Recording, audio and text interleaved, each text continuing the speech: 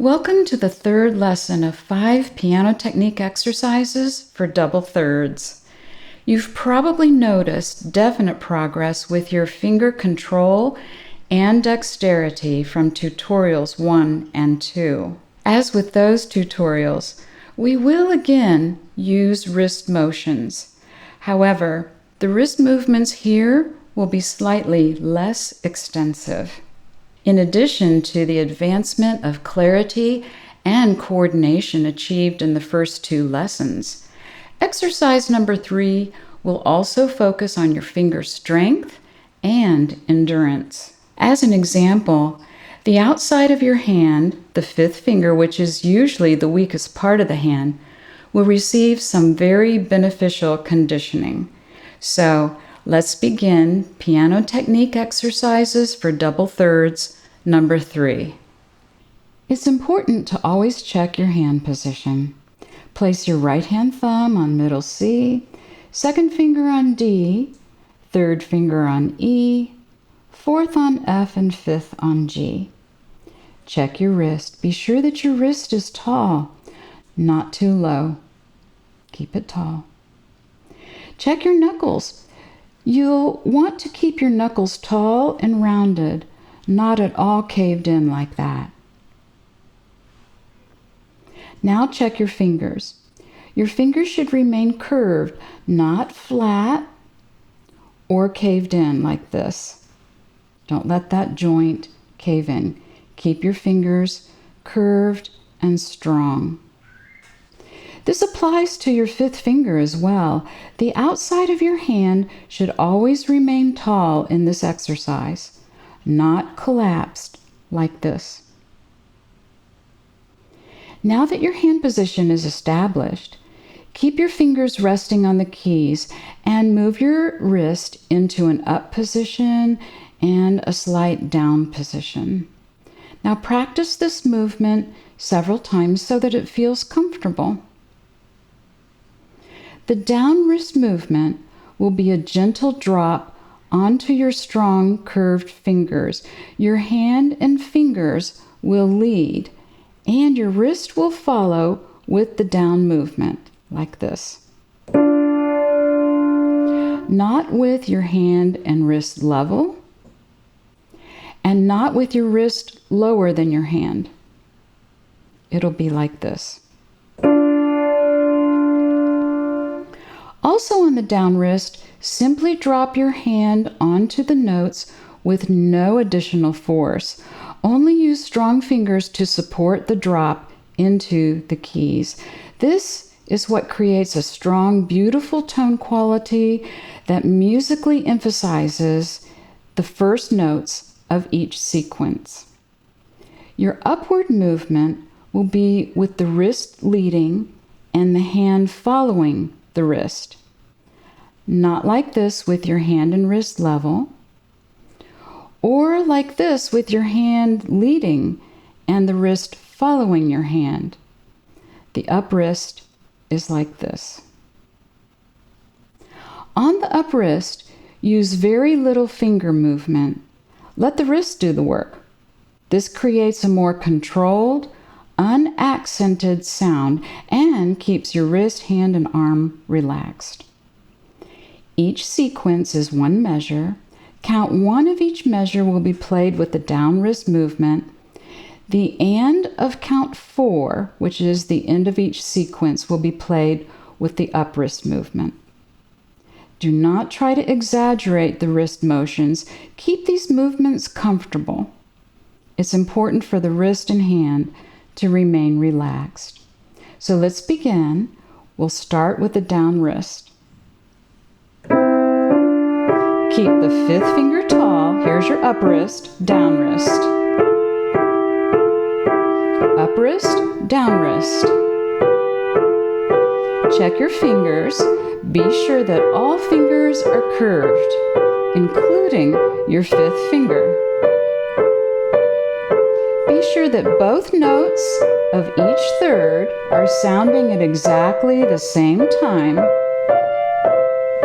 We're on the 3rd line now, and here comes our turnaround. 3-5, wrist, down wrist.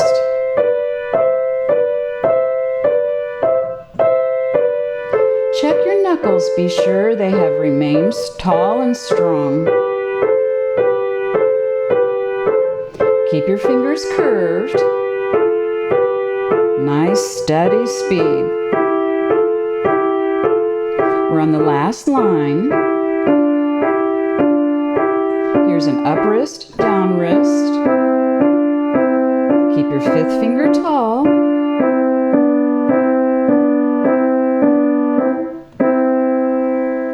Awesome right hand work. Let's continue with the left hand. To review the correct hand position, place your left hand fifth finger on C below middle C, fourth finger on D, third finger on E, second on F, and thumb on G. Check your wrist. Be sure your wrist is tall, not too low. Keep it tall. Check your knuckles. You'll want your knuckles to remain tall and rounded, not caved in like that. Now check your fingers. Your fingers should remain curved, not flat or caved in like that. You don't want that. Keep your fingers curved. And this applies to your fifth finger as well. The outside of your hand should remain tall at all times, not collapsed like that. Now that your hand position is established, keep your fingers resting on the keys and move your wrist into an up position and a slight down position. Practice this movement several times so that it feels comfortable. The down wrist movement will be a gentle drop onto your strong, curved fingers. Your hand and fingers will lead and your wrist will follow with the down movement. It'll be like this. Not with your hand and wrist level, or like this with your wrist lower than your hand. Also on the down wrist, simply drop your hand onto the notes with no additional force. Only use strong fingers to support the drop into the keys. This creates a strong, beautiful tone quality that musically emphasizes the first notes of each sequence. Your upward movement will be with the wrist leading the hand. The hand will follow the wrist, not like this with your hand and wrist level, or like this with your hand leading and the wrist following your hand. The up wrist is like this. On the up wrist, use very little finger movement. Let your wrist do the work. This creates a more controlled, unaccented sound and keeps your wrist, hand, and arm relaxed. Just like the right hand, we'll use a down wrist movement at the beginning of each measure, which is the beginning of each sequence, and an up wrist movement at the end of each measure. So let's begin the left hand. Here we go, down wrist and up wrist, down. Check your fingers. Be sure all fingers are curved. Second line. Make sure that both notes of each third are playing at exactly the same time. Check your knuckles. Be sure that the knuckles are tall. We're on the third line. Here comes the turnaround. Keep that fifth finger tall. Don't let the outside of your hand cave in. Be sure that the last third of each sequence is not accented. Fingers curved. We're going to be on the last line here. Down wrist and up wrist.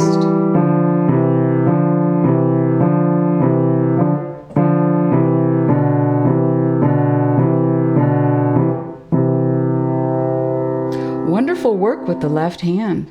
If you're ready for an extra challenge, let's play this exercise in the key of C sharp major.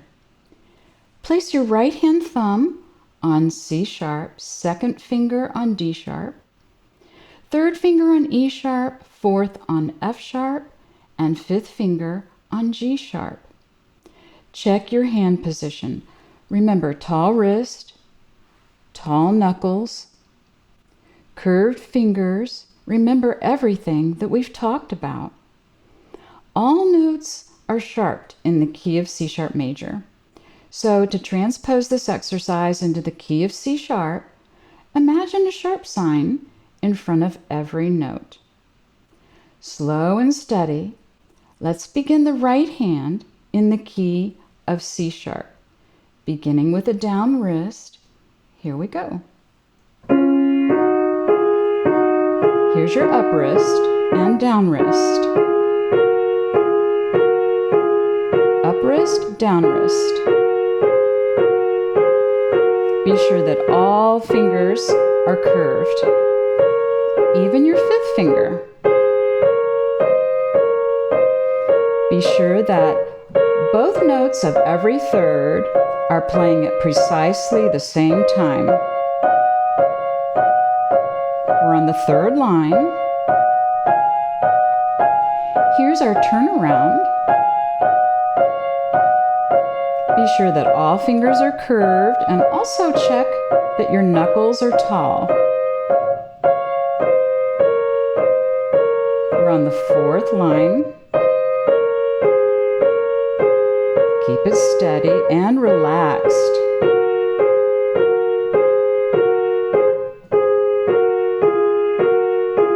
We're on the last line now.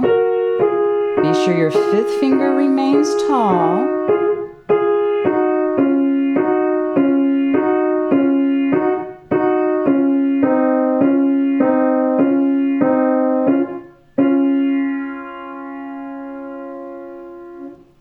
Excellent work. Now for the left hand challenge. Place your left hand fifth finger on C sharp below middle C, fourth finger on D sharp, third on E sharp, second finger on F sharp, and thumb on G sharp. Check your hand position. Tall wrist, tall knuckles, and curved fingers. Remember everything that we've already talked about. All notes are sharped in the key of C sharp major. So to transpose this exercise, imagine a sharp sign in front of every note. Slow and steady, let's begin the left hand in the key of C sharp. We'll start with our down wrist. Here we go. Here comes an up wrist. Check your fifth finger. Be sure the outside of your hand remains tall. Keep it steady.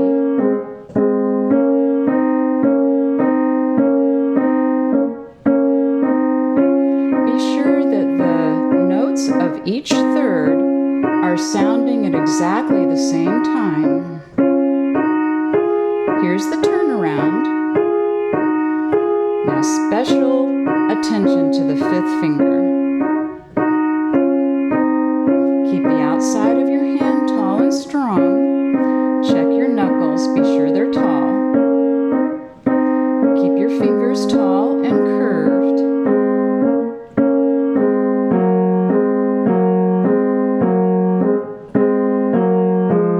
We're going to be on the last line. Here's a down wrist.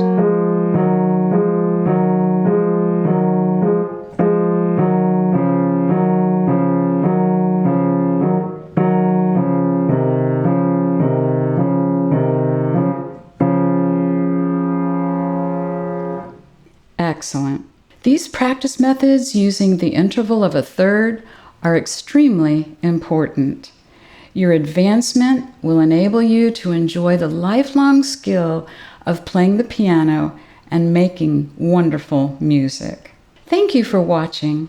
Remember to subscribe so that you receive the latest teaching, training, and performance videos.